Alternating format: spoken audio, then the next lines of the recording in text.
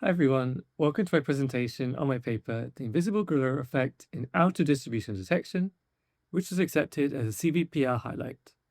So hello, my name is Harry Anthony, and I'm a PhD student at the University of Oxford under the supervision of Professor Konstantinos Kamitstas.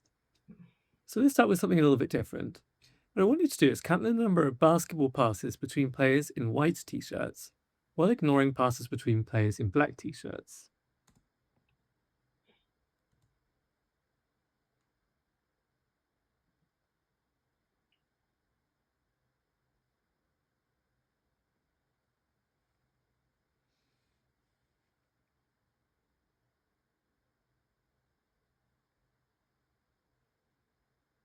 How many passes did you count?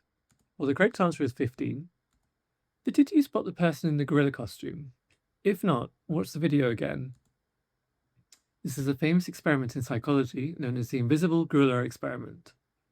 The aim of this experiment was to highlight the phenomenon known as inattentive blindness, where individuals focusing on a primary task can ignore unexpected stimuli due to a lack of attention. Subsequent studies found that unexpected stimuli are more likely to be seen when they closely resemble the intended target. So you're probably wondering, what has this got to do with computer vision? Well, the focus of today's talk is on outer distribution detection. To consider the setting, you've got a set of images and corresponding labels, which brings up your training data. I can use this to train a model for a task of interest, such as malignancy classification, the skin lesions. What happens when I apply the model to data which is different from the trained data? This is called outer distribution data, or OD data.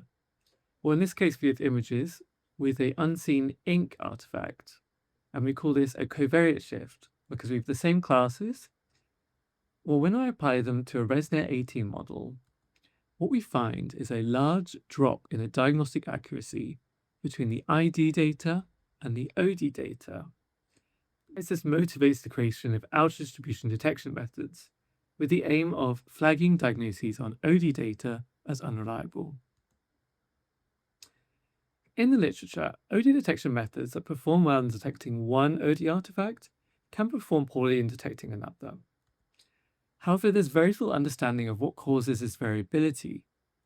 So to this end, we introduce an unreported bias in outer distribution detection.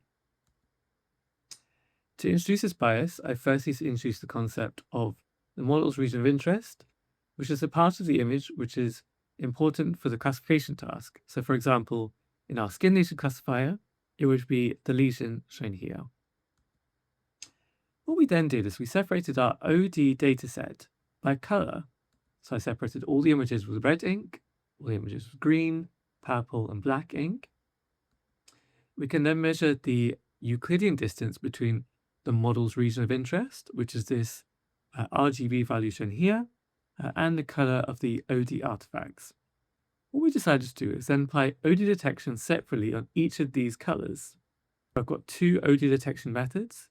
On the left is Mahalanobis score, and on the right is a flow-based model, real NVP. And on the y-axis is our OD detection AUC.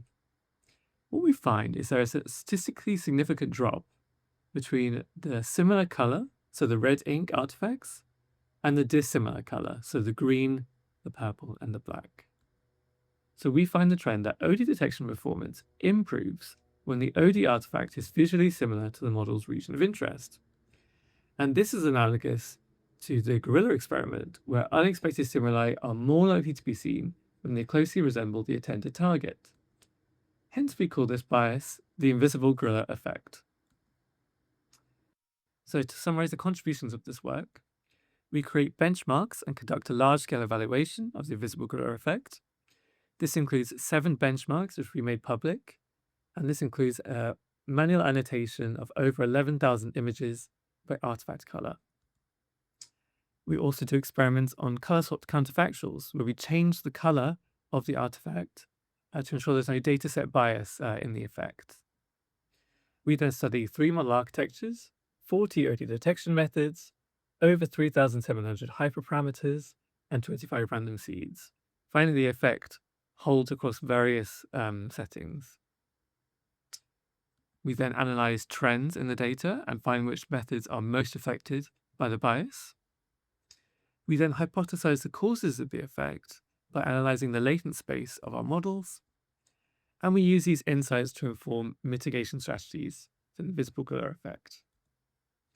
So thank you very much for listening. You can find the paper and the data here, and you can find the full-length presentation in the link below.